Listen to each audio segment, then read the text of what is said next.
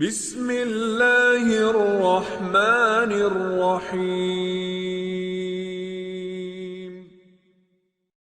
حسبي ربي جل الله ما في قلبي غير الله نور محمد صلى الله لا إله إلا الله حسبي ربي جل الله ما في قلبي آیت نمبر 26 ثم انزل اللہ سکینتہ علی رسولہ وعلی المؤمنین، پھر اس نے یعنی اللہ تعالیٰ نے نازل کیا اپنے سکون کو، اپنے اطمینان کو رسول پر، وعلی المؤمنین اور مومنین پر، وَأَنزَلَ جُنُودًا لَمْ تَرَوْهَا، اور اس نے نازل کیا اپنا لشکر کہ جنہیں تم نہیں دیکھ سکتے تھے، یعنی آنکھوں سے نہیں دیکھ پاتے تھے۔ وَعَذَّبَ الَّذِينَ كَفَرُوا، اور عذاب دیا، سزا دی ان لوگوں کو جو کافر ہوئے، وَذَلِكَ جَزَاءُ الْكَافِرِينَ، اور یہی کافروں کی سزا ہے، کافروں کی جزا ہے۔ پھر اس سے اگلی آیت بھی چونکہ اس سے مربوط ہے، فرمایا کہ ثم یتوب اللہ من بعد ذالک، پھر اللہ نے توبہ قبول کی اس کے بعد، اللہ بعد ذالک ولا من یشاء، جس کی وہ چاہتا ہے توبہ قبول کرے، پھر اس کے بعد اللہ جس کی چاہتا ہے توبہ قبول فرماتا ہے، اور اللہ بہت بخشنے والا، نہایت رحم کرنے والا ہے۔ یہ گزشتہ آیت اور یہ آیت جو ہے وہ جنگ حنین کے واقعے کے بارے میں ہے کہ جو 9 ہجری میں واقع ہوئی اور فتح مکہ کے بعد، کہ جس میں مسلمانوں کے لشکر کی تعداد کافی زیادہ تھی، اور تقریباً 12,000 کے قریب جو ہے مسلمانوں کے لشکر کی تعداد بتائی جاتی ہے، اور مسلمان جو ہے اپنے بڑے لشکر کو بنیاد پہ بڑے خوش تھے، غرور میں ایک طرح سے مبتلا ہوئے، کیونکہ مقابلے میں جو ہے وہ جو قبائل تھے، مختلف قبائل تھے، جو جنگجو قبائل تھے، قبیلہ حوازن، اور ان کے بہت سارے اطراف کے بہت سارے قبیلے تھے، بنو ثقیف اور اس طرح کے بہت سارے قبائل تھے کفار و مشرکین کے، انہوں نے مل کر جنگ لڑی مسلمانوں کے خلاف۔ تقریباً ان کی تعداد 4,000 تھی، وہ سارے تو 4,000 ایک طرف ان کے جنگجو تھے، لیکن مسلمانوں کی تعداد 12,000 تھی، تو اس لیے ایک طرح کا غرور میں مبتلا ہوا۔ البتہ وہ جو کفار تھے، مشرکین تھے، اتنے اپنے عزم میں پختہ تھے کہ وہ اپنے جو وہ اپنے بیوی بچوں کو، اپنی پوری گھر کے سامان اور اپنے مال کو، مال مویشیوں کو بھی میدان جنگ میں لے کے آئے تھے، یعنی یا تو ہم جنگ جیت کے جائیں گے یا یہیں مریں گے، یعنی تاکہ کسی کو وہ لالچ نہ ہو کہ میں واپس پلٹ کے جاؤں گا اپنے بیوی بچوں کے پاس، مال مویشی کے پاس، یعنی دوسری معنوں میں کشتیاں جلا کے آئے تھے۔ تو ایسے میں 12,000 کا جب لشکر تھا مسلمانوں کا، تو ایک طرح سے غرور میں مبتلا ہوئے کہ ہماری تو تعداد بہت زیادہ ہے۔ تو لیکن اس میں ابتدائی طور پر مسلمانوں کو شکست کا سامنا کرنا پڑا، کیونکہ جب مسلمانوں کا لشکر آ رہا تھا تو یہ قبیلہ جو حوازن اور یہ قبیلہ جو تھا، انہوں نے چھپ کے بیٹھے تھے گھاٹیوں میں، اور چاروں طرف سے جو ہے انہوں نے مسلمانوں کے اوپر حملہ کیا، اور تیروں کی بارش شروع ہو گئی، اور جس کی وجہ سے مسلمانوں کا لشکر منتشر ہو گیا، بھاگ نکلے، اور صرف مٹھی بھر مسلمان جو ہے وہ مولا علی، حضرت عباس اور چند افراد جو کہ بنی ہاشم کے تھے، وہ صرف رسول خدا کے ارد گرد رہ گئے رسول خدا کی حفاظت کے لیے۔ اور روایت میں فقط 9 افراد صرف ایسے تھے، بعض کا 4 بعض کا 9 افراد سب ایسے تھے جو کہ رسول خدا کے اطراف میں موجود تھے ان کی حفاظت کے لیے، سب بھاگے۔ یعنی جنگ احد میں ایک بھاگنے کا واقعہ ہے، اور اسی طرح جنگ حنین میں بھی بھاگنے کا واقعہ ہے، یعنی باوجود اس کے کہ مسلمانوں کی تعداد کثیر تھی، لیکن جب تیروں کی بارش ہوتی ہے اور اچانک دشمن حملہ کر دیتا ہے تو پھر سب لشکر تتر بتر ہو جاتا ہے، رسول خدا کو چھوڑ کے بھاگ نکلتے ہیں۔ تو یہاں پہ اللہ تعالیٰ مذمت کر رہا ہے ان آیات میں کہ تم نے جو ہے وہ تمہاری تعداد زیادہ تھی اور تم جو ہے وہ اپنے غرور کرنے لگے، تکبر کرنے لگے، جیسے یہاں بیان کیا والا کہ اللہ تعالیٰ نے بہت سارے مواقع پہ آپ کی مدد کی ہے اور حنین میں بھی مدد کی ہے۔ اگر اللہ کی یعنی ابتدائی طور پر شکست ہو گئی تھی کہ جب تم نے تمہاری کثرت میں تم غرور میں مبتلا ہوئے، اذ اعجبتکم کثرتکم، جب تمہاری کثرت نے تمہیں تعجب میں غرور میں مبتلا کیا، لیکن اس غرور کا فائدہ نہیں ہوا، ابتدائی طور پر بھاگ نکلے سب، حتیٰ رسول خدا کو چھوڑ کے بھاگ گئے۔ وَضَاقَتْ عَلَيْكُمُ الْأَرْضُ بِمَا رَحُبَتْ، اتنی وسیع زمین کے باوجود زمین تمہارے اوپر تنگ پڑ گئی، یعنی دشمن سے ڈر کے بھاگ رہے تھے۔ وَلَّيْتُمْ مُدْبِرِينَ، ٹھیک ہے، پیٹ پھیر کے بھاگ گئے تھے، یعنی یہاں پہ مذمت کی، پھر لیکن اللہ تعالیٰ نے مدد کی۔ فرمایا کہ ثم انزل اللہ سکی، پھر اللہ تعالیٰ نے اطمینان نازل کیا اپنے رسول پر مومنین کر، اور رسول خدا نے صاحب کو جو اطراف میں موجود ان کو بھیجا، ان کو آوازیں دیں، واپس پلٹایا، آہستہ آہستہ لشکر دوبارہ اکٹھا ہوا، اور پھر فرمایا کہ اللہ تعالیٰ نے اپنے فرشتوں کے ذریعے بھی مدد کی۔ وَأَنزَلَ جُنُودًا لَمْ تَرَوْا، اور اللہ نے نازل کیا ایسا لشکر کہ جسے تم نہیں دیکھ سکتے تھے، فرشتوں کے ذریعے مدد کی، اور اس طرح سے پھر کفار اور مشرکین جو ہے ان کو جو وہ سزا ملی۔ عذب الذین کفروا، تو یہ کافروں کو عذاب ملا، یعنی ان کی سزا ملی، اور یہ کافروں کے لیے سزا تھی۔ اور پھر یہ لوگ جو چھوڑ کے چلے گئے تھے، بھاگ گئے تھے، اور لیکن واپس پلٹ آئے، پھر اللہ تعالیٰ نے فرمایا کہ اللہ تعالیٰ نے ان میں سے جو صدق کے دل سے جنہوں نے توبہ کی ان کو اللہ تعالیٰ نے معاف کیا اور ان کی توبہ کو قبول کر دیا، چونکہ وہ غفور بھی ہے اور رحیم بھی ہے۔ آگے یہ ارشاد فرمایا کہ یا ایھا الذین آمنوا انما المشرکون نجس، اے ایمان والو مشرکین نجس ہیں، پلید ہیں، فلا یقربوا المسجد الحرام بعد عامہم ھذا، کہ لہذا وہ اس سال کے بعد، یعنی اس سال ان کو چھوٹ ملی ہے، اس سال کے بعد ان کو حق حاصل نہیں کہ وہ مسجد الحرام کے نزدیک آئیں، قریب آئیں، یعنی ان کا داخلہ بند ہے، ان کی پابندی ہے۔ وَإِنْ خِفْتُمْ عِيلَةً فَسَوْفَ يُغْنِيكُمُ اللَّهُ مِنْ فَضْلِهِ، اور اگر تمہیں خوف ہے غربت کا کہ تم غریب ہو جاؤ گے، مشرکین کو نکال دیا اور کوئی بھی نہیں رہے گا یہاں پہ، تو فرمایا عنقریب اللہ تمہیں مستغنی کر دے گا، بے نیاز کر دے گا اپنے فضل سے، انشاء اگر اس نے چاہا، ان اللہ علیم حکیم، بے شک اللہ جاننے والا اور حکمت والا ہے۔ تو فرمایا کہ اے ایمان والو بے شک مشرکین کیا نجس ہیں، فلا یقرب المسجد الحرام، بس مسجد الحرام کے نزدیک وہ نہ جائیں، بعد عامہم ھذا، اس سال کے بعد، اس سال یہ جو سورہ توبہ نازل ہوئی، اس سال میں ان کو چھوٹ دی گئی، 4 مہینے کی جیسے مہلت دی گئی تھی،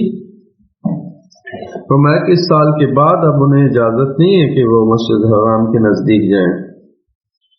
وَإِنْ خِفْتُمْ عِيلَةً فَسَوْفَ يُغْنِيكُمُ اللَّهُ مِنْ فَضْلِهِ، اور اگر تمہیں خوف ہو تنگ دستی کا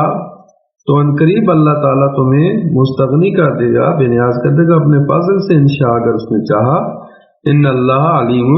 حکیم، بے شک اللہ جاننے والا حکمت والا ہے۔ یعنی یہاں یہ بیان فرما دیا کہ پس مشرکین کے ہیں نجس ہے اور ان کو حق حاصل نہیں ہے کہ مسجد الحرام میں پاکیزہ جگہ پہ وہ داخل ہوں، اور اب اس کے بعد جو ہے جب ان کی مہلت ختم ہو گئی تو اب ان کے لیے اجازت نہیں ہوگی کہ وہ مشرکین میں داخل ہوں، ان کا داخلہ ممنوع ہے۔ اور البتہ یہاں پہ فرمایا ان خفتم عیلۃ، یعنی مکہ والوں کی چونکہ معیشت کا دار و مدار جو یہ تھا کہ تجارتی قافلوں کے اوپر تھا، اور یہ مختلف علاقوں سے تجارتی قافلے اور یہ چیزیں آتی تھی، وہاں پہ زراعت وغیرہ تو موجود نہیں تھی، تو ان کو یہ خوف لاحق ہوا کہ اگر مشرکین کے داخلے پر پابندی لگا دی گئی تو بہت سارے قافلے جاتے ہیں مشرکین کے، وہاں پہ اقتصادی اعتبار سے جو ہمارے لیے نقصان دہ ہوگا، فقر میں مبتلا ہو جائیں گے ہم لوگ۔ تو یعنی خفتم عیلۃ، یعنی اگر تمہیں خوف ہو ناداری کا، فقر کا، تنگ دستی کا، تو اس کی بھی پرواہ نہیں، جب اللہ کے حکم کی مطابق عمل کرو گے تو اللہ خود تمہاری جو ہے وہ رزق روزی کا ذمہ داری انجام دے گا، اور وہ رزق روزی کو خود حفاظت کرنے والا، بندوبست کرنے والا ہے۔ لہذا فرمایا کہ اس کا خوف نہ رکھو بلکہ اللہ تمہیں اپنے فضل سے غنی کر دے گا، اور جو ہے وہ چونکہ اللہ تعالیٰ علیم بھی ہے اور حکیم بھی ہے، حکمت بھی رکھتا ہے، تو یہ اللہ تعالیٰ کا وعدہ ہے، اور جہاں اللہ تعالیٰ اپنا وعدہ کرتا ہے تو اس کو پورا کرتا ہے۔ یہ اور بات ہے کہ ہم جو ہے وہ اللہ کے وعدوں کے اوپر جو ہے وہ یقین نہیں رکھتے، ہمارا جو یقین ہے وہ کمزور ہے، ناقص ہے، ورنہ اللہ تعالیٰ نے جگہ جگہ یہ بہت ساری جگہ پہ وعدہ کیا، مثلا فرمایا کہ وَانكِحُوا الْأَيَامَ مِنكُمْ وَالصَّالِحِينَ مِنْ عِبَادِكُمْ وَإِمَائِكُمْ إِنْ يَكُونُوا فُقَرَاءَ يُغْنِهِمُ اللَّهُ مِنْ فَضْلِهِ، یہ دعا پہ بھی فرمایا کہ تم جو ہے وہ اپنے شادی، جن کی شادی نہیں ہوئی، ایامہ ہیں یعنی مجرد ہیں، تمہارے بچے بچیاں، فرض کیا وہاں پہ کنیزوں غلاموں کا بھی ذکر آیا، ان کی کیا کرو، ان کے نکاح کرو، اور یہ فرمائے ان یکونوا فقراء، اگر وہ فقیر ہوں گے، تنگ دست ہوں گے، تو اللہ تعالیٰ اپنے فضل سے ان کو غنی کر دے گا، بے نیاز کر دے گا۔ ان یکونوا فقراء یغنیہم اللہ من فضلہ، جیسے یہاں آپ نے بیان فرمایا۔ اللہ نے جب وعدہ کیا ہے تو ہم عمل نہیں کرتے، ہم کہتے نہیں جی پہلے جاب ہوگی، بچے پڑھ رہے ہیں، یونیورسٹی میں جا رہے ہیں، جاب ہوگی، جاب کے بعد جی اتنا اب جاب ہو گئی، اب کیا کرنا ہے، اب جو ہے وہ گھر بنائے گا، گھر بن گیا، گاڑی لے گا، پھر جو ہے جب بوڑھا ہو جائے گا پھر شادی کرے گا، پھر اس کو شادی سے دلچسپی بھی نہیں رہتی، 40 سال کی ایج ہو گئی اب شادی کرے گا۔ صورتحال یہی ہے ہمارے معاشرے کی، آپ دیکھ لیں، اللہ وعدہ کر رہے کہ ان یکونوا فقراء، اگر فقیر بھی ہوگا تو غنی کر دے گا، تمہیں شادی کر لو، اور ہم جو کہتے نہیں پہلے ہم غنی ہوں گے پھر شادی کریں گے، ٹھیک ہے، یعنی اللہ کے قول کے مخالف میں چلتے ہیں، اللہ کے وعدوں پہ ہمیں عمل، کوئی ایمان نہیں ہے، یقین نہیں ہے، ہمیں اپنی طاقت پہ زیادہ بھروسہ ہے، اس کی وجہ سے ہم لوگ جو ہے وہ بیچارگی کا شکار ہے، کیونکہ ہمیشہ جو ہے وہ اللہ کے وعدوں کے اوپر کوئی ایمان نہیں۔ یہاں پہ بھی اللہ تعالیٰ فرما رہا ہے اگر تمہیں تنگ دستی کا خوف ہے تو تنگ دستی کا خوف نہ رکھو، اللہ تمہیں غنی کر دے گا، تم اللہ کے حکم پر عمل کرو۔ اب دیکھیں یہی صورتحال آپ ایران کو دیکھ لیں، ایران اگر ڈرتا رہتا کہ جی ہمارا تو دنیا سے ناطا کٹ جائے گا، ہمارا دنیا سے تجارت اٹھ جائے گی، ہمارا یہ ہو جائے گا وہ ہو جائے گا، تو آج بھی ایران میں وہی ہوتا ہے جیسے ہمارے ہاں ہو رہا ہے، پاکستان میں ہو رہا ہے یا دیگر ملکوں میں ہو رہا ہے، ٹھیک ہے، ابھی بھی وہ امریکہ کے اشاروں پہ چل رہے ہوتے اور دوسروں کے اشاروں پہ چل رہے ہوتے۔ انہوں نے کہا کہ ہم بھوک کاٹ لیں گے لیکن ہمیں سامراجی طاقت سے قبول نہیں ہے، ہمیں ان کا حکم قبول نہیں ہے، ہم ان کے سامنے ڈٹیں گے، ڈٹ گئے، اور آج ماشاءاللہ وہ ہم سے بہت بہتر ہے، کرنسی ڈاؤن ہے تو ہوتی رہے، لیکن ہم سے بہت بہتر ہیں، ہر چیز میں خود کفیل ہیں. ان کے اوپر IMF کا قرضہ تو نہیں ہے، وہ کسی کے غلامی میں نہیں ہے، وہ کسی کے انڈر نہیں ہے. IMF کے کہنے سے وہ اپنے قوم کے اوپر ٹیکس نہیں لگاتے، وہاں پہ ٹیکس فری ہے ہر چیز، وہاں پہ پیٹرول فری ہے، یعنی ہر چیز میں عوام کو جو سہولتیں دے سکتے ہیں وہ دیتے ہیں. بجلی پانی گیس فری ہے. یعنی وہ قوم کی جس نے اللہ کے حکم کو مانا اور کہا کہ ہمیں مشرکین کی پرواہ نہیں،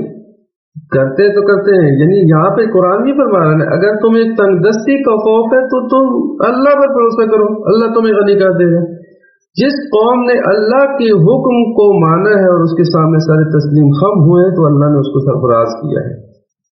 اس کی واحد مثال آپ دیکھیں ایران ہے. اسی طرح باقی قومیں بھی، یمن بھی انشاءاللہ ترقی کرے گا، ہم سے آگے نکلے گا، اگرچہ وہ ابھی فقیر ہیں لیکن وہ اللہ کے حکم پر عمل کر رہے ہیں اور ڈٹ کے لڑ رہے ہیں کفار و مشرکین سے، ڈٹ کے لڑ رہے ہیں ان لوگوں سے کہ جو ان کو نیچا دکھانا چاہتے ہیں. اسی طرح فلسطین بھی آگے نکلے گا، لبنان بھی آگے نکلے گا، باقی ملک بھی آگے نکلیں گے. ہم پیچھے کے پیچھے، چونکہ ہم غلام در غلام ہیں، ہم غلامی میں اسی طرح پستے رہیں گے. تو اللہ کا حکم جو ہے ہم پیچھے چھوڑ دیتے ہیں کیونکہ اللہ کے وعدوں کے اوپر ہمیں ایمان نہیں ہے. یہاں پہ یہ فرما رہا ہے اللہ تعالیٰ مسلمانوں سے، تمہیں اگر تنگ دستی کا خوف ہے تو پرواہ نہ کرو، اللہ کو حکم اجرا کرو. اللہ نے حکم دیا مشرکین کو نکالنا ہے، نکال دو ان کو. تاجر ہے، نکال دو ان کو، کوئی بات نہیں، پرواہ نہیں ہے. اللہ تمہیں اپنے فضل میں غنی کر دے گا. یہ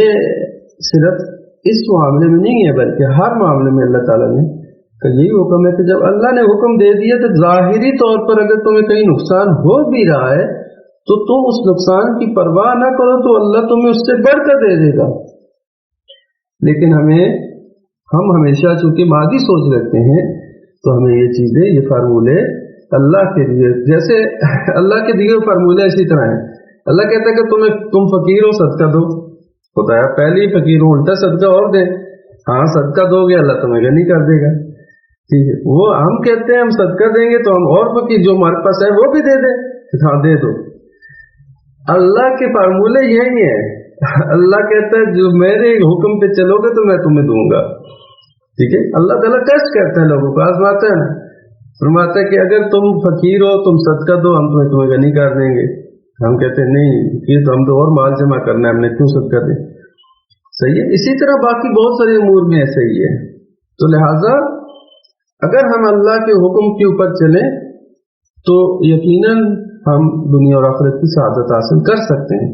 پھر یہ آگے ارشاد فرمایا قاتلوا الذین لا یؤمنون باللہ ولا بالیوم الآخر، تم جنگ کرو ان لوگوں سے جو ایمان نہیں رکھتے اللہ پر اور آخرت کے دن پر.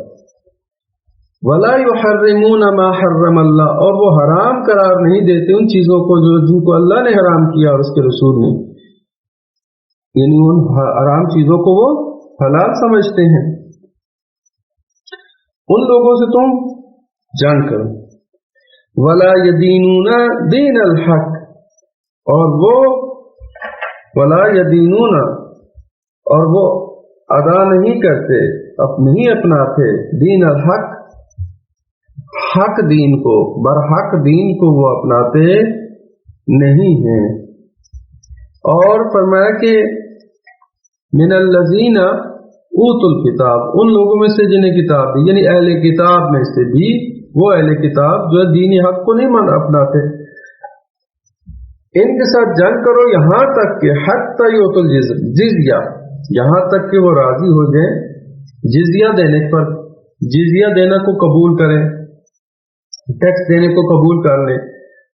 ان یدن، اپنے ہاتھوں سے، وہم صاغرون، اور جزیہ بھی اس طرح سے دیں کہ رسوائی کے ساتھ دیں، ذلیل ہو کر دیں. کیوں؟ کیونکہ اللہ کے حکم کو نہیں مانتے. یعنی یہ اللہ تعالیٰ نے قانون بنایا ہے کہ حتیٰ غیر مسلم اگر فرض کیا وہ ہتھیار ڈال دیتے ہیں اور وہ جزیہ قبول کرتے ہیں کہ ہم جزیہ دیں گے، تو آپ ان کو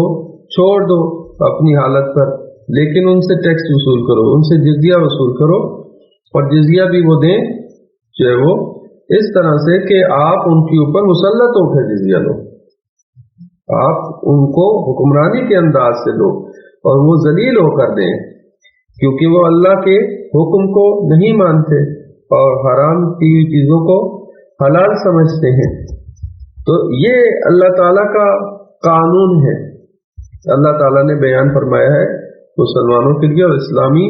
حکومت کے لیے یہ بیان فرمایا ہے کہ کفار اور مشرکین کے ساتھ تم نے معاملہ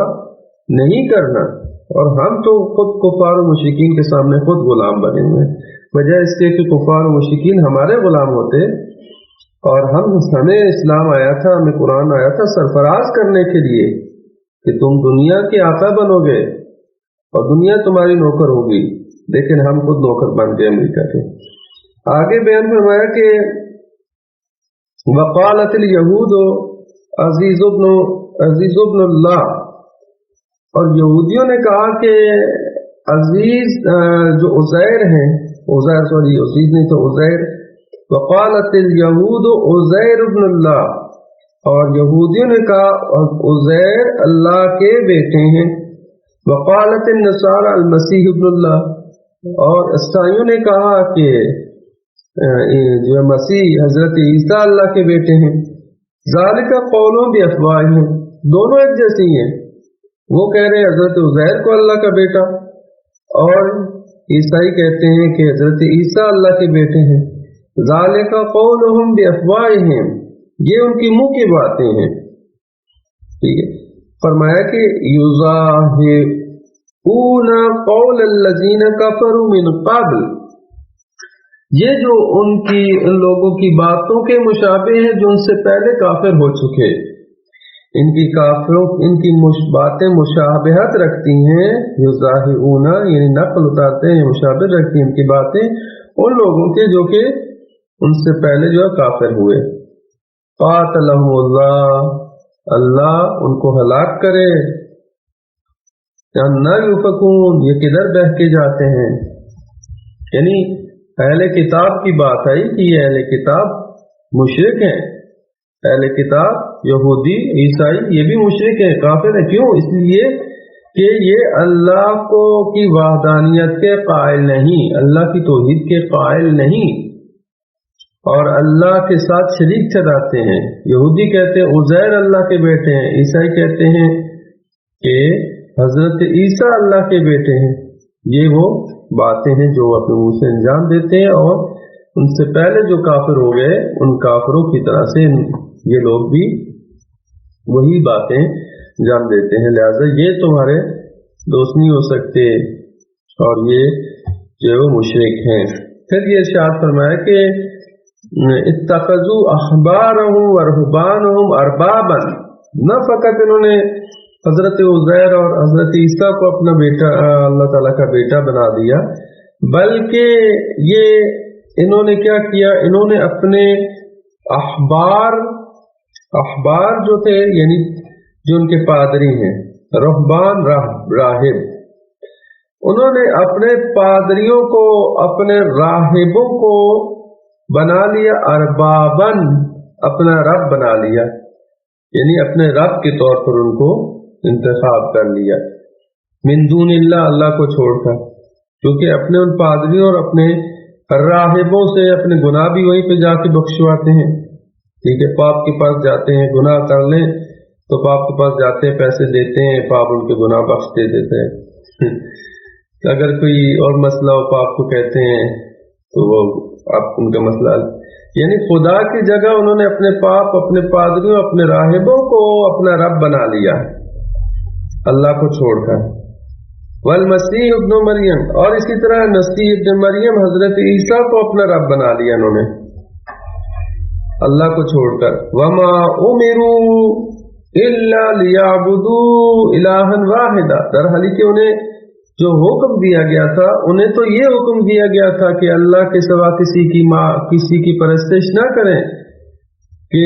خدا واحد کے سوا کسی کی بندگی نہ کریں،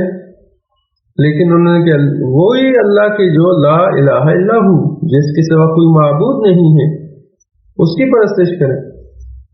سبحانہ عما یشرکون، اس کی ذات پاک ہے، اس کی ذات بری ہے، پاک ہے اس سے کہ جن چیزوں کو وہ اس کے ساتھ شریک ٹھہراتے ہیں. تو یہاں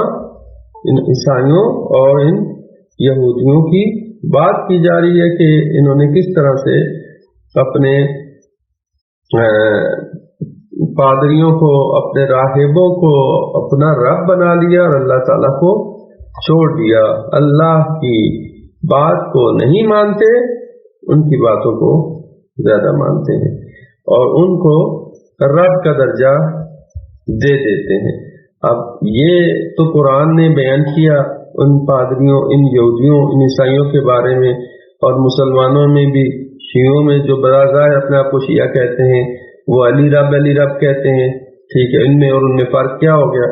یہاں تو قرآن نے یہ بیان کیا نا کہ انہوں نے اپنے پادریوں کو، اپنے راہبوں کو ارباب بنا دیا، اپنا رب بنا دیا. تو جو علی رب کرتے ہیں، کیا وہ ان سے کم ہے؟ پس وہ بھی یہودیوں اور عیسائیوں، انہی یہودیوں اور عیسائیوں کی طرح ہے جن کے بارے میں قرآن بیان کر رہا ہے. اور ان لوگوں نے اللہ کو چھوڑ کر ان کو رب بنا لیا. تو جو مولا علی کو رب کہتے ہیں تو یہ بھی انہی کے ساتھ معشور ہوں گے کہ جن کے بارے میں قرآن کہہ رہا ہے کہ یہ یہودی عیسائی جو ہیں یہ مشرک ہیں. اللہ تعالیٰ کو شرک پسند نہیں ہے اور مشرک جو ہے سیدھا جہنم میں جائے گا، بغیر حساب کتاب کے اس کو سیدھا جہنم میں بھیجا جائے گا. تو چونکہ شرک ظلم عظیم قرآن نے بیان کیا ہے. ٹھیک ہے، جو علی کرتے ہیں لیکن علی رب کرتے ہیں، مولا علی کو نعوذ باللہ من ذالک خدائی درجہ دے دیتے ہیں. ٹھیک ہے، تو یہ مشرک ہیں، یہ کافر ہیں، یہ نجس ہیں، اور اپنے آپ کو شیعہ کہتے ہیں. شیعہ کہاں؟ شیعہ تو دور کی بات، یہ اصل نجس اور کافر اور مشرک ہیں قرآن کی روح سے. قرآن بیان فرما رہا ہے، لہذا ہمیں چاہیے کہ ان سے اپنی صفوں کو جدا کریں اور بیان کریں کہ یہ لوگ ان کا ہم سے کوئی تعلق واسطہ نہیں ہے. گالی نصیحری یہ وہ افراد جو اپنے آپ کو کہتے ہیں کہ ہم شیعہ ہیں، کہاں شیعہ؟ یہ مشرک ہیں، یہ کافر ہیں. اصلاً ان کا کسی مذہب سے تعلق نہیں، اسلام سے ہی خارج ہیں. شیعہ ہونا تو دور کی بات ہے. پھر آگے یہ ارشاد فرمایا یریدون ان یطفئوا نور اللہ بافواہہم، یہ چاہتے ہیں کہ اپنی پھونکوں سے اللہ کے نور کو بجھا دیں. وَيَأْبَى اللَّهُ، اللہ نے انکار کیا ہے، إِلَّا أَن يُتِمَّ نُورَهُ، مگر یہ کہ اس کا نور تمام ہو کے رہے گا. وَلَوْ كَرِهَ الْكَافِرُونَ، اگرچہ کافروں کو ناگوار ہی گزرے. یعنی یہ کفار، یہ مشرکین، یہودی، عیسائی یہ چاہتے ہیں کہ اللہ کا نور مٹ جائے، اللہ کا نور کو پھونکوں سے بجھانا چاہتے ہیں. یعنی کیا؟ یعنی اپنے ہیلوں، اپنی تدبیروں، اپنی مکاریوں سے یہ چاہتے ہیں اسلام کا نور بجھ جائے، اللہ کا نور بجھ جائے. ٹھیک ہے، یعنی پھونکے سے مراد یہ کہ اپنی جو مکاریاں کرتے ہیں، اسلام کے خلاف چالے چلتے ہیں، اپنی سازشوں کے ذریعے سے یہ چاہتے ہیں کہ اسلام کا نور بہم ہو جائے، لیکن اللہ اپنے نور کو تمام کر کے رہے گا. یہ آیت بھی روایات میں امام زمانہ علیہ السلام پر اس کے مصداق ہیں. امام زمانہ، اللہ کا نور کب تمام ہوگا؟ جب امام زمانہ ضرور فرمائیں گے. اللہ کا نور ابھی تمام نہیں ہوا، اس وقت اللہ کا نور تمام ہوگا جب زمین کے اوپر الہی حکومت قائم ہوگی، جب اسلام کا غلبہ تمام ادیان پر ہوگا. قرآن نے دوسری آیات میں یہ بیان کیا ہے کہ اللہ تعالیٰ وَنُرِيدُ أَن نُّمَنَّ عَلَى الَّذِينَ اسْتُضْعِفُوا فِي الْأَرْضِ وَنَجْعَلَهُمْ أَئِمَّةً وَنَجْعَلَهُمُ الْوَارِثِينَ. یہ فرمایا کہ لِيُظْهِرَ دِينَهُ عَلَى كُلِّ، یعنی تمام ادیان کے اوپر اپنے دین کو غالب کر دے. اللہ تعالیٰ کا وعدہ یہ ہے کہ اپنے دین کو تمام ادیان کے اوپر، دین اسلام کو تمام ادیان پر غالب کرے گا. اور دین اسلام جو ہے وہ باقی تو یہاں اس آیت میں بیان کیا ہے یتم نورہ، اپنے نور کو تمام کرے گا. نور الہی کب تمام ہوگا؟ جب ظہور امام زمانہ ہوگا. تو یہ آیت جو ہے وہ امام زمانہ کے ظہور پر کی نوید دے رہی ہے اور امام زمانہ کی وجود پر دے رہی ہے کہ اللہ کا نور کب تمام ہوگا. ابھی تک تو نہیں تمام ہوا، کب تمام ہوگا؟ جب امام زمانہ ظہور کریں گے، جب امام کی حکومت قائم ہوگی، پورے جہان پر الہی حکومت ہوگی، مہدی برحق آئیں گے جب پورے جہان پر ان کی حکومت ہوگی، اللہ کا حکم نافذ ہوگا پوری زمین کے اوپر اور دین اسلام غالب ہو جائے گا تمام ادیان کے اوپر، تو اس وقت اللہ کا نور تمام ہوگا اور اللہ یہ کر کے رہے گا، چونکہ اللہ کا وعدہ ہے، اللہ کا وعدہ کوئی نہیں سکتا کہ پورا نہ ہو۔ تو یہ چاہتے ہیں کہ دین یہودی اپنی سازشوں کے ذریعے سے کہ اسلام کے نور کو مٹا دیں، اور اگلی آیت میں پھر یہی بیان فرمایا وَالَّذِي أَرْسَلَ رَسُولَهُ بِالْهُدَى وَدِينِ الْحَقِّ لِيُظْهِرَهُ عَلَى الدِّينِ كُلِّهِ وَلَوْ كَرِهَ الْمُشْرِكُونَ،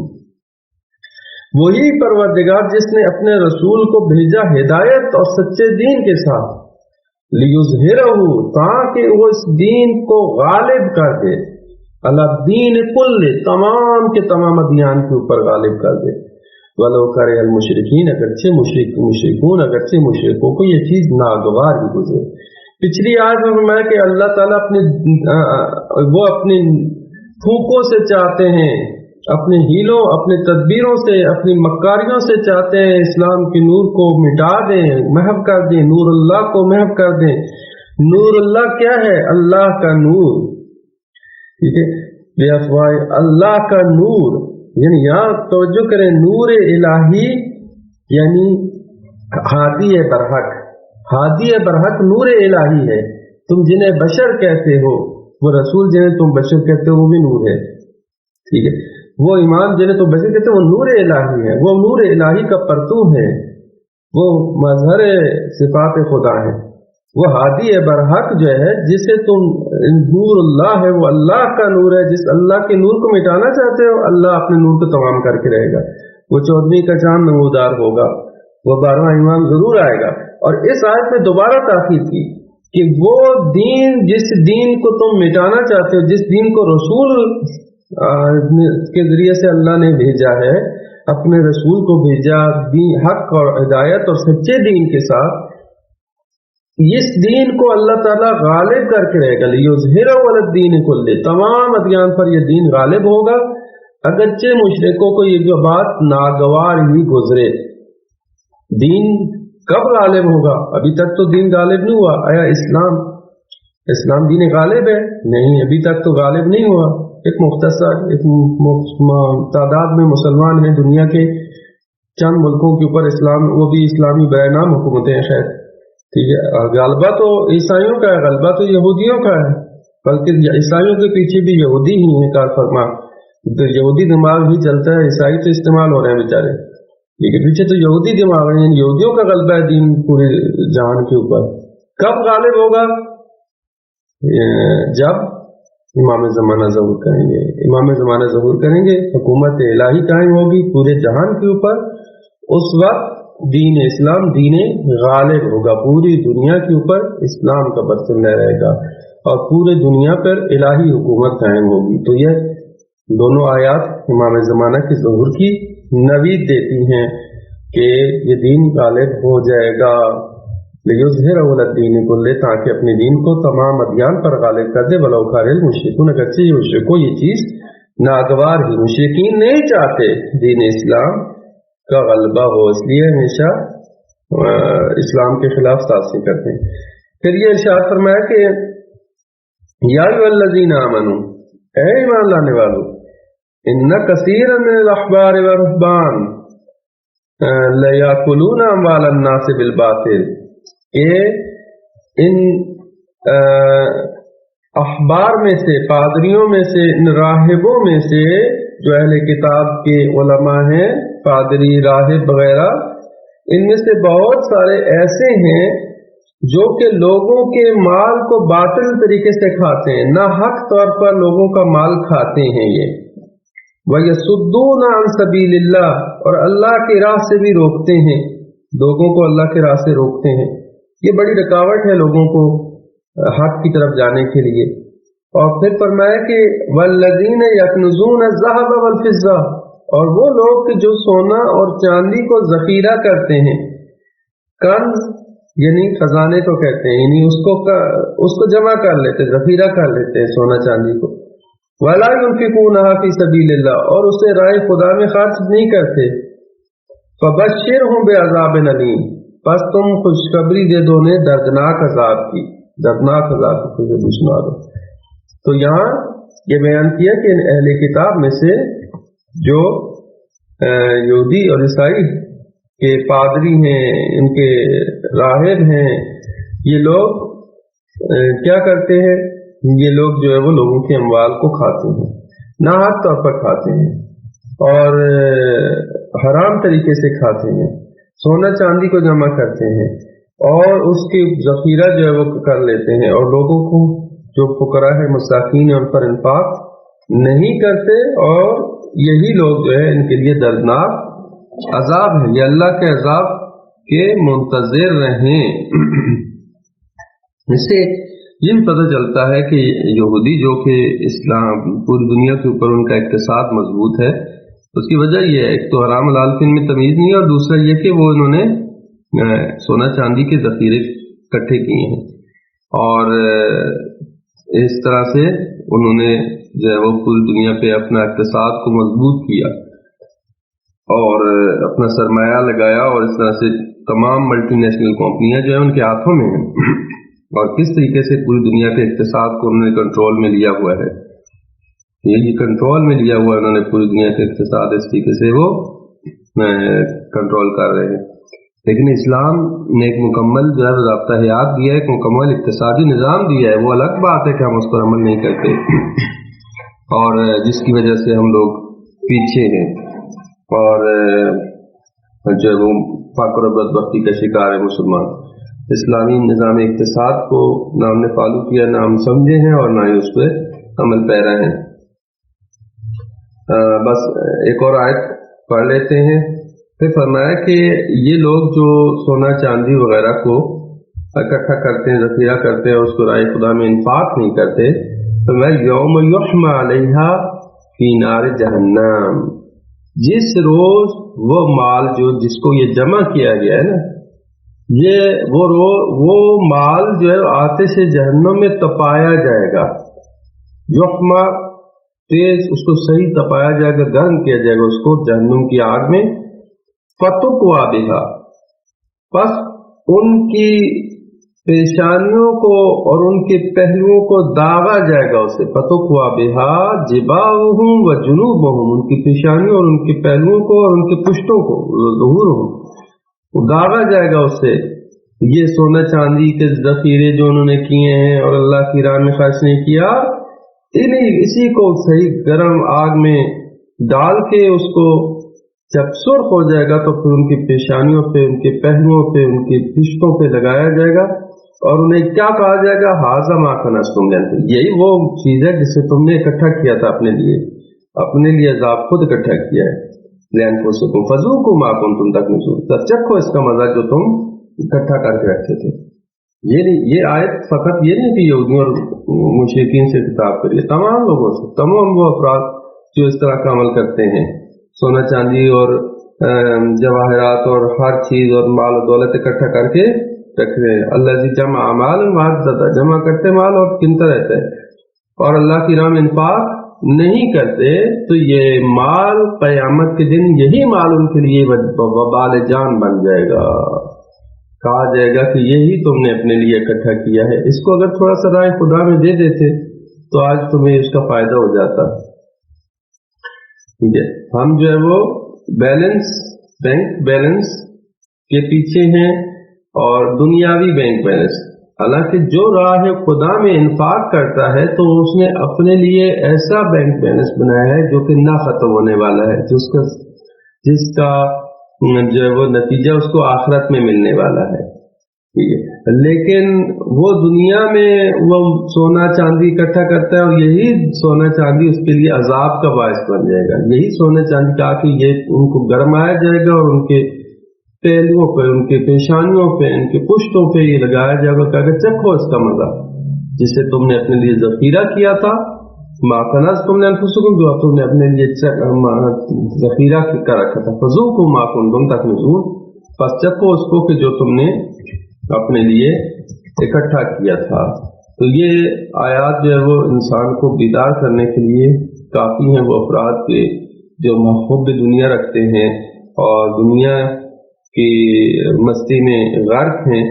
اور ان کو فقراء، مساکین اور